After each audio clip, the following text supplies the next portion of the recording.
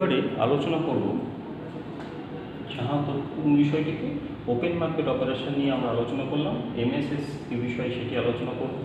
এবার এমএসএস জিনিসটি কি, এটি সাধারণত যখন ডিমনিটাইজেশন হয়েছিল 16 সালে, তখন হিউজ পরিমাণ অ্যামাউন্ট, লিকুইড অ্যামাউন্ট ব্যাংকের হাতে জমা পড়েছিল। সেই হিউজ পরিমাণ ব্যাংকিং অ্যামাউন্টটিকে আরবিআই শর্ট টার্ম বেসিসে একটি ইনস্ট্রাকশন জারি করেছিল এবং তার ফলে সেখান থেকে কী হয়েছে, সেই অ্যামাউন্ট ব্যাংকের হাত থেকে আরবিআইয়ের হাতে চলে গেছিলো।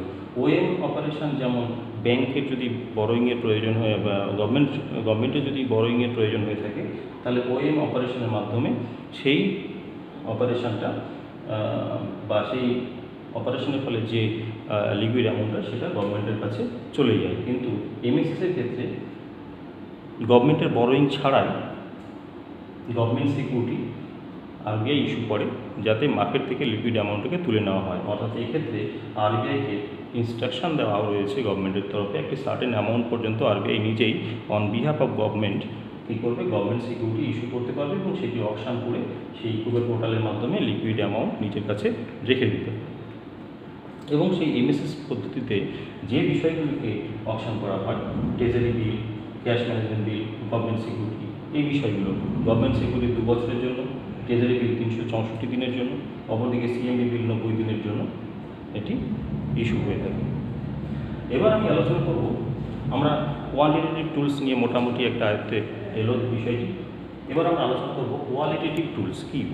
কোয়ালিটেটিভ টুলস হচ্ছে, এটি যেমন মনিটারি পলিসির একটি ডাইরেক্ট টুলস, যা দিয়ে ইনফ্লেশন নামক বিষয়টিকে নিয়ন্ত্রণ করা হয়ে থাকে। অর্থাৎ এই ইনফ্লেশন নিয়ন্ত্রণের ক্ষেত্রে এটি গুরুত্বপূর্ণ ভূমিকা নিয়ে থাকে। অপরদিকে ইনডাইরেক্ট কিছু ব্যবস্থাপনা রয়েছে যেটাকে কোয়ালিটেটিভ টুলস বলা হচ্ছে। তার মধ্যে 1 নম্বর হচ্ছে সিলেক্টিভ ক্রেডিট কন্ট্রোল। এছাড়া রয়েছে consumer credit control, loan to value, direct action, moral suasion. Selective credit control বিষয়টি কাকে বলা হচ্ছে, সাধারণত বিভিন্ন সময়ে আরবিআই গাইডলাইন প্রোভাইড করে থাকে বিভিন্ন ব্যাংকিং অর্গানাইজেশনকে। আরবিআই কাকে গাইডলাইন করে থাকে, বিভিন্ন ফিনান্সিয়াল ইনস্টিটিউশনকে গাইডলাইন করে থাকে। কী গাইডলাইন দিয়ে থাকে, যে প্রায়োরিটি সেক্টর যে সমস্ত ক্ষেত্রগুলো রয়েছে বা প্রায়োরিটির যে ক্ষেত্রগুলো রয়েছে, যে ক্ষেত্রগুলোকে অগ্রাধিকার দিতে হবে ইকোনমিক ডেভেলপমেন্টের জন্য, সেই ক্ষেত্রগুলোকে বেশি পরিমাণে লোনটা দেওয়া। এখানে একটি উদাহরণ দেওয়া হয়েছে, পিএসএল সেক্টর কোনগুলোকে বলা হচ্ছে, অর্থাৎ প্রায়োরিটি সেক্টর লেন্ডিং বলা হয়। অর্থাৎ যে সেক্টরগুলোকে প্রায়োরিটি লিস্টে রাখা হয়েছে সেই সেক্টরগুলোকে লোন দেওয়ার কথা বলা হয়েছে ফার্স্টে। সেক্ষেত্রে এগ্রিকালচার এবং এমএসএমই অর্থাৎ মিডিয়াম অ্যান্ড স্মল স্কেল যে এন্টারপ্রাইজগুলো রয়েছে সেগুলোকে একটি অগ্রাধিকার ভিত্তিতে লোন দেওয়ার কথা গাইডলাইন আকারে আরবিআই বিভিন্ন অর্গানাইজেশনকে, ফিনান্সিয়াল অর্গানাইজেশনকে ইনস্ট্রাকশন দিয়ে থাকে। যেমন এগ্রিকালচারের ক্ষেত্রে 10% লোন দেওয়ার কথা বলা হয়েছে, উইকার সেকশনকে 10% এবং মার্জিনাল ফার্মারদের 8%। এরকম বিভিন্ন সেক্টরকে আইডেন্টিফাই করে আরবিআই গাইডলাইন প্রোভাইড করে থাকে। এর ফলে কি হয়, এর ফলে অন্যান্য সেক্টর অতিরিক্ত টাকা তাদের কাছে পৌঁছয় না, ফলে মার্কেটের টাকার পরিমাণটা ব্যালেন্স আকারে থেকে যায়। অপরদিকে কনজিউমার ক্রেডিট কন্ট্রোল দুটি পার্টে এটিকে ভাগ করা হয়ে থাকে, একটি ডাউন পেমেন্ট অপশান, একটি ইএমআই অপশান। অর্থাৎ কোনো একজন ব্যক্তি যখন কোনো কোনো দ্রব্য ক্রয় করতে মার্কেটে যায়, ধরা যাক একটি সে মোটরসাইকেল কিনতে গেল, সেক্ষেত্রে দেখা গেলো তার 2 লাখ টাকা দাম। তাহলে ব্যাংক লোনের ক্ষেত্রে ব্যাংক একটি ডাউন পেমেন্টের কথা বলবে, অর্থাৎ 2 লাখ টাকায় সে লোন দেবে না।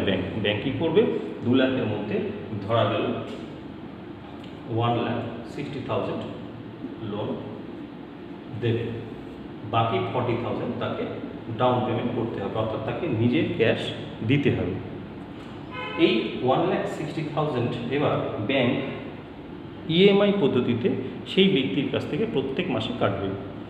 তো এটা এখন কীভাবে এফেক্ট ফেলে ইনফ্লেশনের উপরে, এটা যদি ইনফ্লেশন হাই হয় তাহলে এই ডাউন পেমেন্টের ব্যাপারটি হাই হয়ে যায়, অর্থাৎ ডাউন পেমেন্ট বেশি দেওয়ার কথা কনজিউমার্সকে বলে থাকে।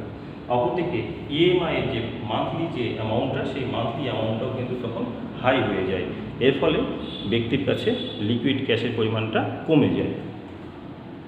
লোন টু ভ্যালু হচ্ছে কি, লোন টু ভ্যালু এর বিষয়টা, অর্থাৎ এই লোন টু ভ্যালু বিষয়টি কি, লোন টু ভ্যালু বিষয়টি হচ্ছে কি, যে পরিমাণ অ্যাসেট রয়েছে সেই অ্যাসেটের উপরে একটা নির্দিষ্ট পার্সেন্টের অনুযায়ী কোনো ফিনান্সিয়াল ইনস্টিটিউশন কোনো ব্যক্তিকে ঋণ দিয়ে থাকে।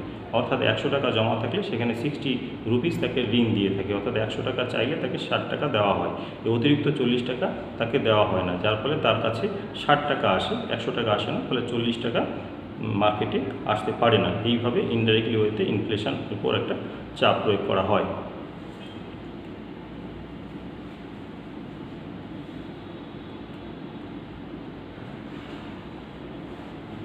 এবার আমি আসবো ডাইরেক্ট অ্যাকশন বিষয়ে।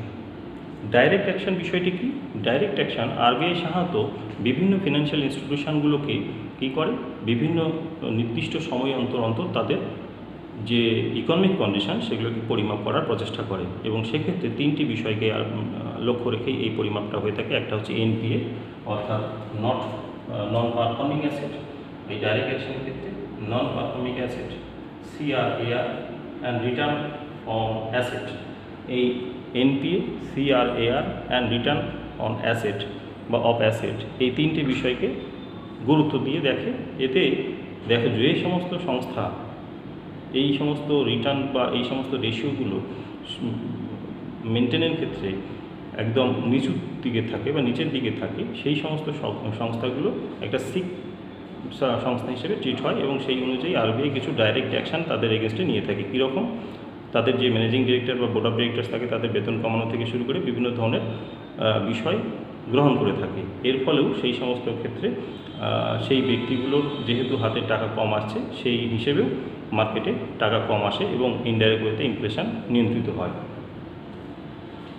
অপরদিকে এবার আমি আসবো মোরাল সুয়েশন। এই মোরাল সুয়েশন অর্থাৎ ব্যাঙ্কগুলোকে নৈতিকভাবে মোরাল বুস্ট করার জন্য আরবিআই টাইম টু টাইম বিভিন্ন গাইডলাইন প্রদান করে থাকে। সেক্ষেত্রে কখনো কখনো বিভিন্ন সংস্থাতে লোন দেওয়ার ক্ষেত্রে রেস্ট্রিকশন জারি করা হয়ে থাকে, বা বিভিন্ন ব্যাংকের উপর ইনজাংশন দেওয়া হয় যাতে লোন না দেওয়া হয়। এরকম বিভিন্ন মোরাল বুস্টিং সবসময় আরবিআই করে থাকে। এই পদ্ধতির মধ্যে দিয়ে ইনডাইরেক্টলি ইনফ্লেশন যেটি উত্তরোত্তর বাড়ে সেইগুলোকে নিয়ন্ত্রণ করার প্রচেষ্টা আরবিআইয়ের তরফে করা হয়ে থাকে। তাহলে আমরা এখন আলোচনা করলাম কোয়ান্টিটেটিভ এবং কোয়ালিটেটিভ টুলস অফ আরবিআই, যে দুটো ব্যবহার করে আরবিআই কী করে, আরবিআই ইনফ্লেশনটাকে নিয়ন্ত্রণ করে। এখন এই ইনফ্লেশন বিষয়টি কী সেটা আমরা পরের ভিডিওতে আলোচনা করব। বেসিক যে জিনিসটা সেটা হলো গিয়ে গভর্নমেন্ট অফ ইন্ডিয়া প্রত্যেক 5 বছর অন্তর ইনফ্লেশন মেজার্স করে, এবং লেটেস্ট যে টার্গেট সেটা হচ্ছে 4%। ভারতবর্ষের ইনফ্লেশন টার্গেট রাখা হয়েছে 4%। তো যাই হোক, এবার আমরা মনিটারি পলিসির অন্য সেগমেন্টে ঢুকবো। এখানে আমরা দেখব যে ডাইরেক্ট অ্যাকশনের মধ্যে ডাইরেক্ট অ্যাকশনের মধ্যে সিআরএআর বলে একটা শব্দ লেখা রয়েছে। সিআরএআর অর্থাৎ capital to risk weighted asset ratio, যার পুরো অর্থ। এই জিনিসটাকেই এবার আমি বিস্তারিত বলবো, এটা খুবই ইম্পর্টেন্ট এই কম্পিটিটিভ এক্সামের জন্য। সিআর হচ্ছে capital to risk weighted asset ratio, যেটি ব্যাসেল নর্মস 3 অনুযায়ী 9% রাখার জন্য বিভিন্ন ফিনান্সিয়াল ইনস্টিটিউশনকে বলা হয়েছে, এবং যেটি আরবিআই প্রত্যেক ইনস্টিটিউশনকে ইনস্ট্রাকশন দিয়েছে তাদের ক্যাপিটালের জন্য 9% তারা আলাদা রিজার্ভ আকারে সরিয়ে রাখে।